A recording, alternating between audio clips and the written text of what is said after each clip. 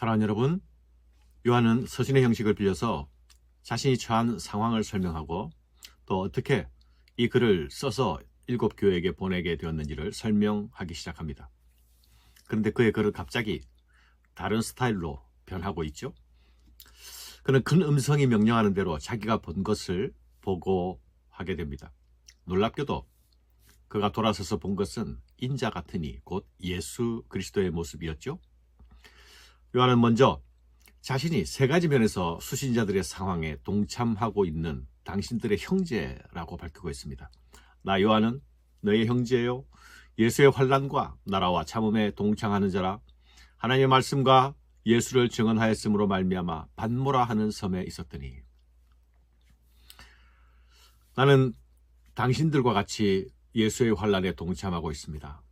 나는 예수의 나라에 동참하고 있습니다. 나는 예수의 참음에 동참하고 있습니다. 그는 지금 예수의 나라를 위하여서 환난 가운데 인내하고 있습니다. 그런데 그것은 자신만이 아니라 편지를 보내는 수신자 형제들이 처해 있는 상황과도 동일한 상황이라는 것이죠. 사랑하는 여러분, 예수의 나라에 동참한다는 것은 예수님이 가르치셨던 그 하나님 나라를 자신의 삶에 실현하기 위해서 살았다는 말입니다. 그렇게 살다 보니 환난을 당하게 되었습니다. 환난을 당하니 인내하지 않을 수 없었습니다. 여기서 말하는 인내는 큰 압력 가운데서 견디는 힘을 말하는 것이죠. 그는 하나님의 말씀과 예수에 대한 증언 때문에 지금 유배당하고 있는 상태이죠. 예수 복음을 전하다가 체포되어서 반모라 하는 섬에 유배당해 있습니다. 반모섬은 터키 땅 에베소에서 서남쪽으로 약 60km 떨어져 있는 섬입니다. 작은 섬이죠. 요한은 그곳에서 육지 쪽을 바라보면서 아시아의 교회들을 생각하면서 형제들을 생각하면서 이 편지를 쓰고 있습니다. 휴양지에서가 아니라 유배지에서 떠나온 교회와 성도들을 그리워하면서 형제들의 편지를 쓰고 있는 것이죠. 그가 쓰는 편지의 내용은 성령의 감동으로 그에게 보여주신 것들에 관한 것입니다.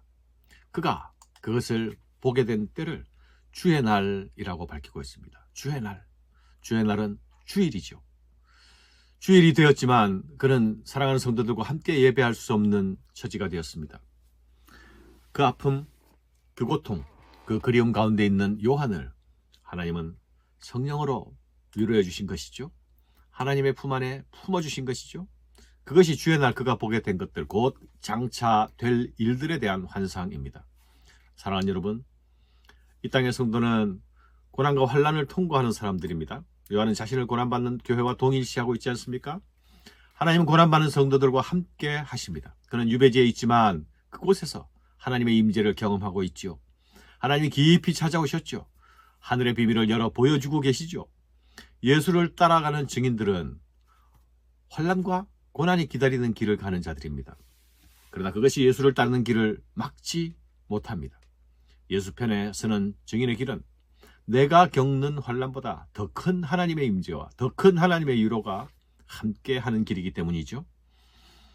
요한이 보게 된 것은 인자 같은 이 곧 예수님의 모습이었습니다. 그런데 그가 본 예수님은 이전에 뵙던 그 모습이 아닙니다. 그분은 천상의 위엄을 가지고 계십니다. 승귀하신 예수님의 영광 가운데 있는 모습입니다. 그분의 입에는 좌우에 날선 검이 있습니다. 심판자의 모습이죠. 하지만 그분은 무서운 심판자의 모습만 가지신 것이 아닙니다. 그분은 자신의 교회를 목자같이 돌보고 계십니다. 그 모습이 어떻게 나타나고 있습니까? 7 금촛대를 거니시는 모습으로, 7 금촛대 사이를 거니시는 모습으로 나타나고 있습니다. 이 7 금촛대는 7가지로 만들어진 성막에 설치되어 있던 바로 그 금촛대였습니다. 등잔대였죠. 이 등잔대는 성소에서 하나님의 임재를 상징하던 기구가 아니었습니까? 주님은 지금 그 촛대 사이를 거닐고 계십니다. 교회와 동행하고 계시는 것입니다.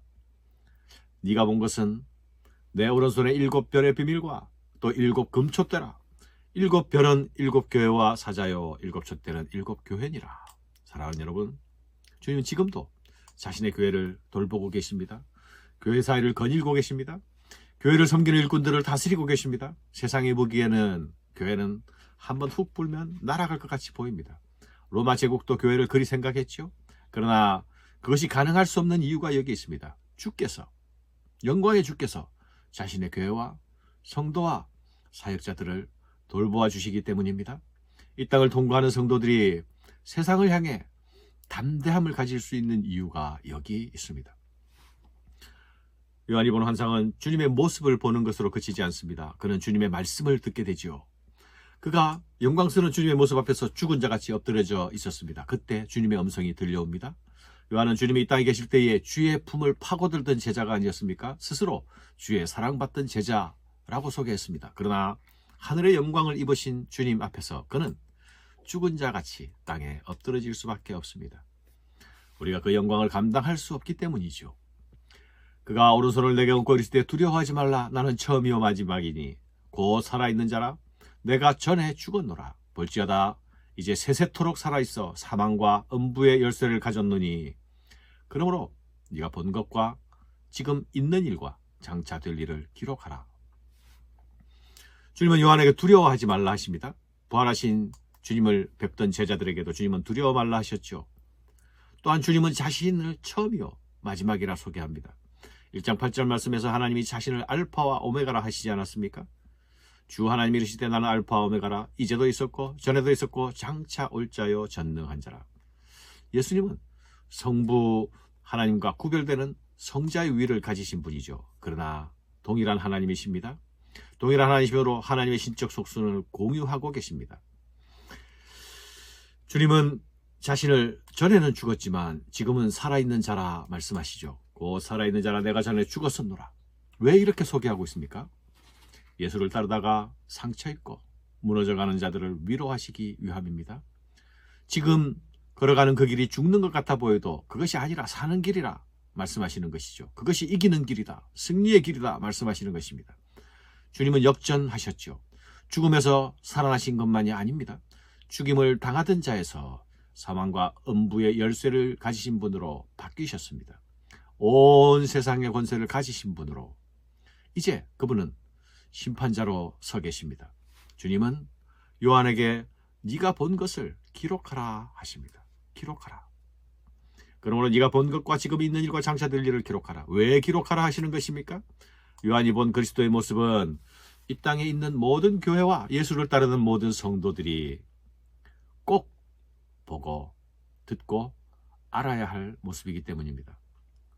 사랑하는 여러분, 영광 가운데 있는 그 모습은 주님의 심판자의 모습은 그분의 패배자가 아니라 승리자라는 것을 보여주는 것입니다. 예수께서 승리하셨습니다. 예수님은 승리자이십니다. 예수 때문에 고난받는 길은 결코 주를 잘못 선 길이 아닙니다. 지금 혹시 예수 때문에 당하는 고난이 있습니까? 그분 때문에 당하는 상처가 있습니까? 무너지지 마십시오. 의심하지 마십시오.